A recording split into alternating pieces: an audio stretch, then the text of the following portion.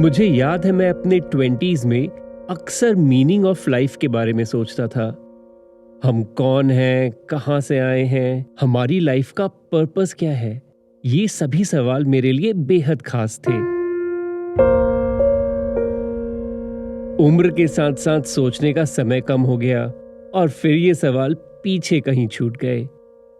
Covid में sabbatical लेने के बाद मैंने अपने सक्सेसफुल डिजाइन करियर को फाइनली त्याग दिया और डिसाइड किया कि मैं ट्रैवल करूंगा और ट्रैवल वीडियोस बनाऊंगा। अचानक मेरे पास फिर से समय आ गया और वो सवाल भी, पर जवाब फिर भी नहीं। मेरे सभी दोस्त अपनी जिंदगियों में व्यस्त हो गए और उनसे बातें करने का अभाव मुझे बहुत महसूस होता रहा।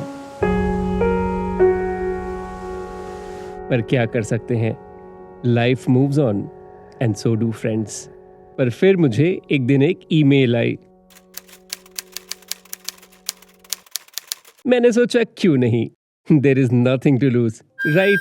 फिर क्या था, मैंने अपने बैग्स पैक किए और निकल गया अपनी जिंदगी के साथ थोड़ा एक्सपेरिमेंट करने कान्हा शांति वनम में।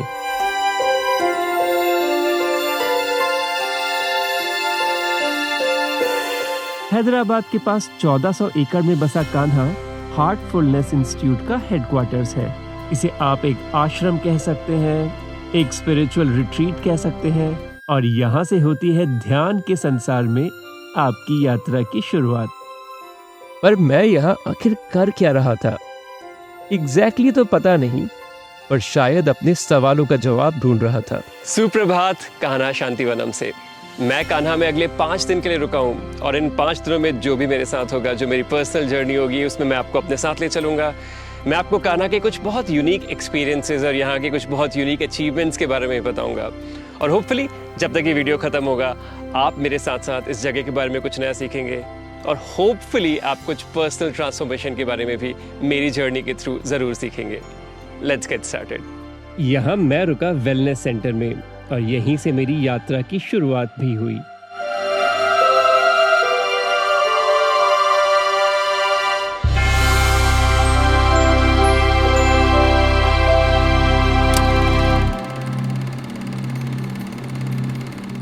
इस जर्नी का पहला कदम है कान्हा का खास दिल से ध्यान करने का मार्ग, जिसे हार्टफुलनेस भी कहते हैं। पर हार्टफुलनेस एग्जैक्टली होता क्या है? मेरे हिसाब से हार्टफुलनेस अपने दिल से जुड़ने का तरीका है, दिल को महसूस करने का तरीका है, और हम जिंदगी को दिल से जीना सीखते हैं। जब हम अपने दिल से जुड़ते हैं और दिल पे हमारा ध्यान जाता है तो हमारी सोचने का तरीका जिंदगी के प्रति बदल जाता है। सो ये हार्ट सेंटर्ड आपकी एक्टिविटीज हो जाती है दिन में पूरी। अच्छा। Yeah, communication with the people around you, with your work, with yourself. So you're basically connected to that divine and always with that. So Kanha visit का एक बहुत ही इसेंशियल पार्ट है यहाँ पे मेडिटेशन करना।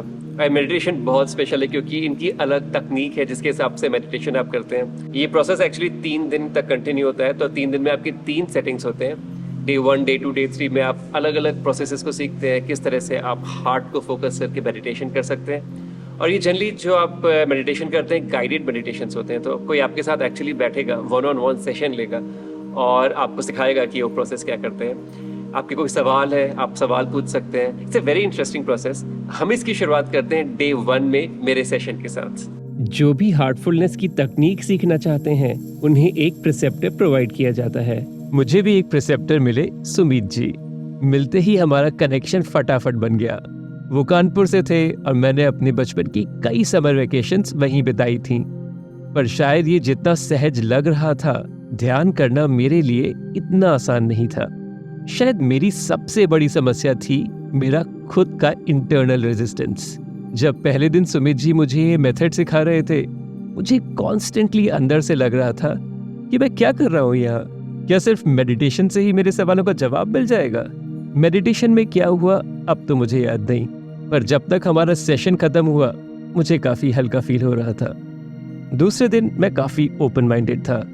इस दिन हमने एक बहुत ही इंटरेस्टिंग और यूनिक कॉन्सेप्ट के बारे में सीखा, जिसे क्लीनिंग कहते हैं, और उसकी थोड़ी सी प्रैक्टिस ने ही ध्यान के सेशन को और बेहतर बना दिया। ये दिन मेरे लिए था ओपननेस का। सुमित जी के साथ तीसरा और फाइनल ध्यान का अभ्यास मेरे लिए एक्सेप्टेंस का था। ये सेशन सबसे छोटा था, पर मेडिटेशन हॉल के बाहर बैठ ध्यान करने में मजा जरूर आया। इन ध्यान के सेशंस ने मुझे तैयार किया अगली सुबह के लिए। सुप्रभात कान्हा से। अभी सुबह के कुछ 6:15 बजे और हम लोग एक बहुत ही इंटरेस्टिंग इवेंट को अटेंड करने के लिए जा रहे हैं। एक्चुअली ये हर दिन की एक्टिविटी है, जो यहाँ पे जितने रेजिडेंट्स हैं, जितने यहाँ पे अभ्यासी हैं, जितने विजिटर्स हैं मेरी तरह, वो सब जाके अटेंड कर सकते हैं। तो आज का प्लान है, डिस्पाइट द बारिश हम जाएंगे और योगा का सेशन अटेंड करेंगे, थोड़ा मेडिटेशन सीखेंगे and start our day on a very positive note.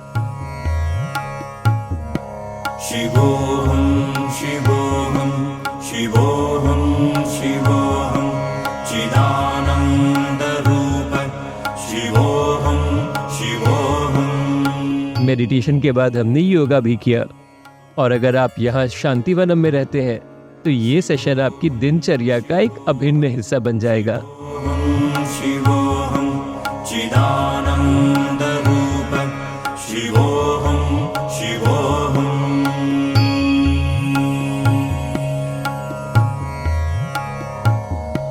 शिवोऽहं शिवोऽहं शिवोऽहं शिवोऽहं चिदानन्दरूप शिवोऽहं शिवोऽहं।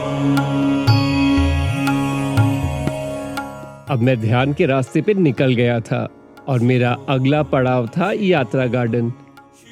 यात्रा गार्डन में मेरे गाइड थे कान्हा के ही करुणा जी। पर इसे यात्रा गार्डन क्यों कहते हैं?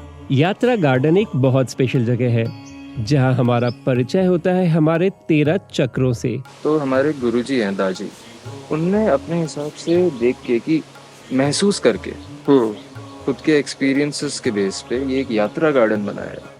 एक इंसान खुद से अकेला आके चलते हुए ये देख सकता है कि हर एक पॉइंट पे उसे क्या बाधाएं आती है और उससे उभरने के लिए क्या करना है। बहुत सारे लोग अपने से सवाल नहीं पूछते हैं कि गुस्सा क्या है, प्रेम क्या है। यहाँ पे आके हमारा काम यही है कि एक बार बस खुद पे सवाल उठाइए, देखिए, और जवाब अपने आप आएगा। ये सारी चीजें ऐसी है जो कि आपको मदद करती है विकसित होने में और एक बेहतर इंसान बनने में।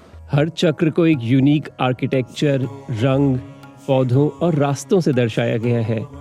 शिवोऽहं चिदानन्दरूप शिवोऽहं शिवोऽहं।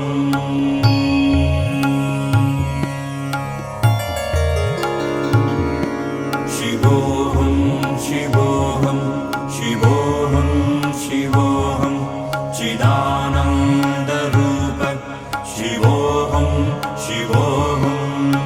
जस्ट मैंने अभी यात्रा गार्डन में अपना वॉक ख़त्म किया है and what an experience this was. मैं पहली बार ऑफ कोर्स यहाँ पे गार्डन में आया हूँ। यहाँ पे मेरा एक्सपीरियंस सेकेंड डे है कान्हा में भी। So this was in many ways overwhelming, but अगर मैं इसको दूसरी तरह से देखूँ तो ये काफ़ी आपको पोटेंशियल दिखाता है। क्या कर सकते हो आप यहाँ पे when it comes to meditation, when it comes to realising your true self, when it comes to connecting with your self. तो यहाँ पे 13 अलग अलग पॉइंट्स हैं और ये 13 पॉइंट्स जो आपकी बॉडी में 13 अलग अलग चक्रा पॉइंट्स हैं उनको रिप्रेजेंट करते हैं। हर एक पॉइंट अलग अलग फिलॉसफी को रिप्रेजेंट करता है। इन अ वे ये आपकी मेटाफिजिकल लेवल में इवोल्यूशन को भी रिप्रेजेंट करता है। पॉइंट 1 से पॉइंट 13 तक आते हो तो कैसे आप एनलाइटनमेंट की तरफ जा रहे हो, कि आप कैसे धीरे धीरे स्टेप बाय स्टेप अलग अलग लेवल्स पे अलग अलग लेवल्स ऑफ कनेक्शंस को बिल्ड कर रहे हो। And when you come here to the 13th level, which is where I am right now, जब यहाँ आके बैठते हो I think this special energy है। अगेन मैं पहली बार आया हूँ, पर मेरा प्लान है कि अगले 3-4 दिनों में यहाँ पे मैं बार बार आऊँगा and hopefully bar bar meditate भी करूँगा, क्योंकि this place is beautiful but this has a special energy.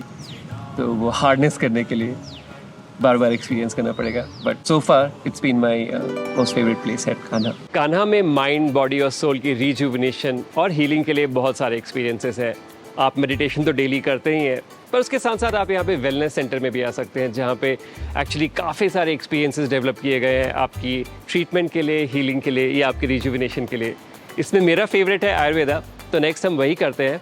पर ये प्रोसेस भी एक्चुअली थोड़ी मेडिकली ओरिएंटेड है। आप सबसे पहले एक डॉक्टर साहब से मिलते हैं, वो आपको बताते हैं आपके बॉडी के कॉन्स्टिट्यूशन के बारे में, आपको किस तरह की थेरेपी की ज़रूरत है, और उसके बाद आप थेरेपी लेते हैं। Next doctor is waiting for us, तो उनसे जाके मुलाकात करते हैं, then will do the treatment.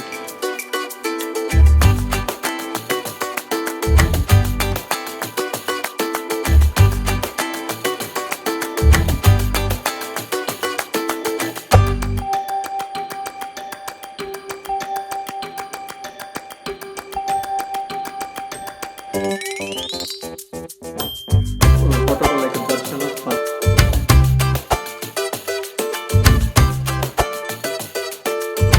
we are doing Abhyangam and Takardara. Abhyangam means full body massage and Takar for head only.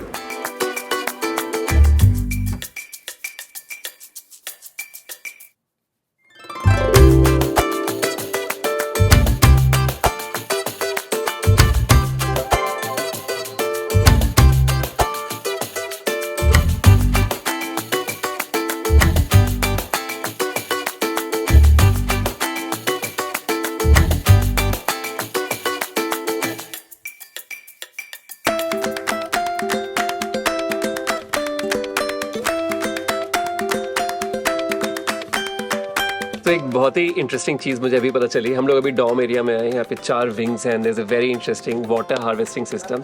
But उससे भी ज़्यादा इंटरेस्टिंग चीज़ ये है कि आप यहाँ पे 10 दिनों के लिए निःशुल्क रह सकते हैं। उसके लिए आपको ऑफ कोर्स 3 सिटिंग्स लेनी पड़ेंगी किसी परसेप्टर के साथ यहाँ पे, and then after that you are eligible to come and stay here and experience the place. This is amazing.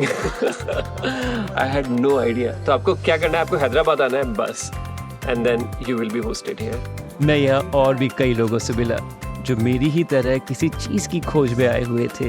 तो अच्छा रहा कि भाई जैसे पहली बार कोई चीज को नया करते, पूजा पाठ तो ये तो चलता ही रहता है डेली रूटीन। शांति मिलता है, जैसे थोड़ा ध्यान करके हम सब कुछ भूल जाते हैं।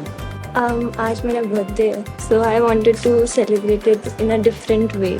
तो मैंने ये सोचा कि क्यों ना एक सोलो ट्रिप हो जाए कान्हा को, तो it would be safe, it would be more peaceful for me and more good to me. बाहर की दुनिया में लोग पैनिक बहुत होते हैं, किसी भी छोटे से काम के लिए भी हड़बड़ी से कुछ भी कर देते हैं, जो मन में आए वो कर देते हैं। लेकिन चीज़ें यहाँ ऐसी सॉर्ट आउट होती हैं शांति से कि अपने को पता नहीं चलता कि वो कब हो गई। फिर ज़िंदगी जीने के लिए ही लोग मेडिटेशन करते हैं, क्योंकि एक मेडिटेशन ही एक ऐसा साधन है जिससे आप शांति ला सकते हो अपने जीवन में। हमारा ब्रेक शिफ्ट रहता है, मॉर्निंग ब्रेकफास्ट में जाते हैं हम लोग, ब्रेकफास्ट रेडी करके हमारा वर्क फिनिश हो जाता है। देन अभी मैं लंच बनवा के आए हैं, तो उसके बाद फिनिश है, अभी शाम को डिनर बनेगा।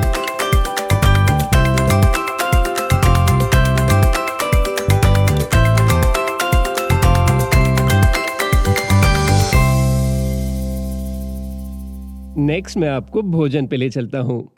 इसके लिए हम गए यहाँ की मुख्य कैंटीन में।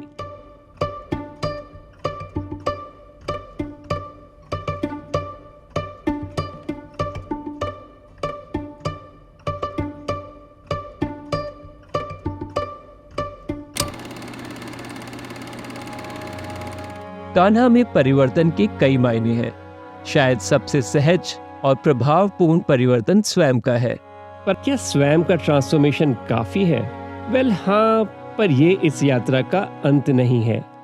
ट्रांसफॉर्मेशन की शुरुआत जरूर खुद से होती है, पर अगर इसका अंत समाज कल्याण हो तो ये बात ही कुछ और है। मुझे हमेशा ऐसा लगता है कि अगर मैं अपने काम से दुनिया में कुछ मीनिंगफुल इम्पैक्ट कर सकूं, तो मेरा जीवन भी सफल हो जाएगा।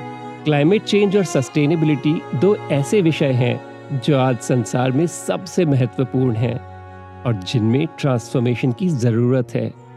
चलिए नेक्स्ट साथ में ऐसी ही कुछ कहानियां एक्सप्लोर करते हैं। सबसे पहले मैं ले चलता हूं आपको विश्व के यंगेस्ट रेन फॉरेस्ट में। हमारे साथ इस यात्रा में होंगे वो जिन्होंने इस रेन फॉरेस्ट को एस्टैब्लिश किया है। Let's go on a walk and explore more about this place. इस वॉक से पहले मैं आपकी मुलाकात कराता हूं डॉक्टर रमाकांत से, जो इंडियन फॉरेस्ट सर्विसेज में principal chief conservator of forest के ओहदे पे काम कर चुके हैं और आज हार्टफुलनेस ग्रीन इनिशिएटिव के सदस्य हैं। I'll take your word for it.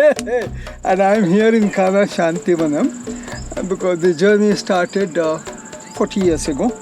I wanted to know who I am. Ramakant जी ने बताया कि कैसे हार्टफुलनेस के स्पिरिचुअल गाइड दाजी के विजन को पूरा करते हुए कान्हा की एक बंजर जमीन पे दुनिया के यंगेस्ट रेन फॉरेस्ट का जन्म हुआ। This is a very small swathe of forest we created. Some of the raremost plants of India, which happens to be some of the raremost plants of planet Earth, are here. And all these plants are from rainforest. We have in 3 places rainforests in India. One is Western Ghats, second is Eastern Himalaya, and the third is Andaman and Nicobar group. Beautiful white flowers, goes in round and round spiral ginger. So this is from Eastern Himalayas. Eastern Himalaya. Such a nice pleasant smell. What is a rainforest? Can you tell me what comes to your mind when I say rainforest? A lot of rains all year round, a lot of thick, lush canopy, a lot of biodiversity. You have very tall plants, trees, and then you have also smaller ones, which make their way at the base. Yeah, 100 feet canopy, 100 feet, that's huge. Huh? Yeah. And then there are species called emergent species. They go up to 120, 150, 180 feet tall. Crazy. And then we have an assemblage of these rainforest species from these rainforests of India. And in the blazing hot Hyderabad, you see they are doing exceptionally well. पर ये rain forest इतना important क्यों है? जंगल हमें केवल oxygen नहीं देते, बल्कि कार्बन का स्टोर हाउस या कार्बन सिंक भी होते हैं। हर साल ये जंगल कई billion metric ton carbon absorb करते हैं, जो अदरवाइज एटमॉस्फेयर में रिलीज हो जाती और ग्लोबल वार्मिंग में कंट्रीब्यूट करती। आज हम तेजी से दुनिया का फॉरेस्ट कवर खो रहे हैं। 2015 से 2020 तक भारत में हमने करीब 650,000 हेक्टेयर फॉरेस्ट को खो दिया है। अब ये बहुत ज़रूरी है कि दुनिया के फॉरेस्ट कवर को बचाया और बढ़ाया जाए। कान्हा के इस छोटे से रेन फॉरेस्ट से सभी सीख सकते हैं कि किस तरह फॉरेस्ट लगाए जाए लोकल बायोडाइवर्सिटी को बरकरार रखकर। This can be big in our fight against climate change. हमारी अगली कहानी है एग्रीकल्चर से रिलेटेड, और इसे समझने के लिए मैं मिला श्री राम राघवेंद्र जी से, जिन्हें सब यहाँ प्यार से अंकल बुलाते हैं। The world itself, faces several crises today, right? One crisis that we are going to face, is what everybody is talking about, is in terms of food poverty. So the fundamental question is, how can you renew the soils? How can you bring back life? One intervention which seems to be the most very simple to execute, right, is biochar. पर ये biochar होता क्या है? जब हम फसल काटने के बाद फार्म रेसिड्यू को कंट्रोल तरीके से जलाते हैं, तो जो कार्बन प्रोडक्ट बचता है उसी को बायोचार कहते हैं। बायोचार के कई फायदे हैं। ये पानी को एब्जॉर्ब कर रखता है और जरूरत आने पर धीरे धीरे रिलीज करता है। ये सॉइल के माइक्रो ऑर्गेनिजम्स को भी बढ़ाता है और साथ साथ कार्बन को भी सॉइल में ही रखता है। ये सभी हमारी मदद करते हैं क्लाइमेट चेंज से फाइट में और उसके इम्पैक्ट्स को कंट्रोल करने के लिए। बायोचार का प्रूफ ऑफ कॉन्सेप्ट कान्हा में हो चुका है और अब नेक्स्ट इसे इस्तेमाल कर कई बड़े पायलट प्रोजेक्ट्स करने की तैयारी है। There is the Intergovernmental Panel, on climate change, and they put out a report in 2022 which said that humanity puts out something like 4 gigatons of net carbon dioxide to the atmosphere every year. 4 gigatons, right? Net, right? And the report mentioned that biochar by itself, can reverse about 2.6 gigatons, right? Which is about 2/3, the net emissions.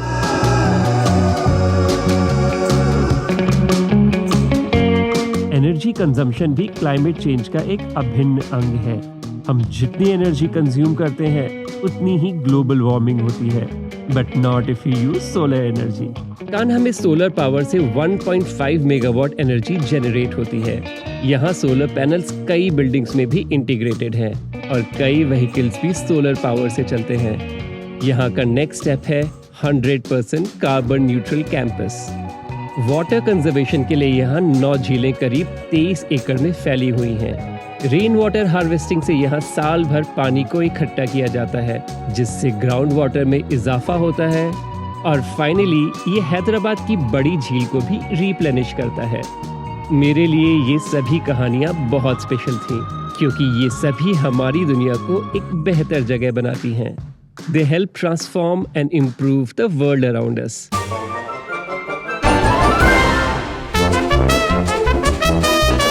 Climate change के अलावा अपने पास की दुनिया को बेहतर बनाने का एक और तरीका है बेजुबान जानवरों को प्यार देना और उन्हें रहने का घर देना। So, अभी कान्हा में हम ऐसी जगह पे आ गए हैं which is likely to become my favorite place here. तो यहाँ पे एक डॉग शेल्टर भी है. अभी जिस शेल्टर में हम लोग यहाँ पे करीब 40 कुत्ते हैं and these are dogs from Kanha. Basically campus में to make them have a good time, have a good place, safe place. यहाँ पे थोड़ा walk around करते हैं और इन कुत्तों से खेलते हैं. This is my stress buster.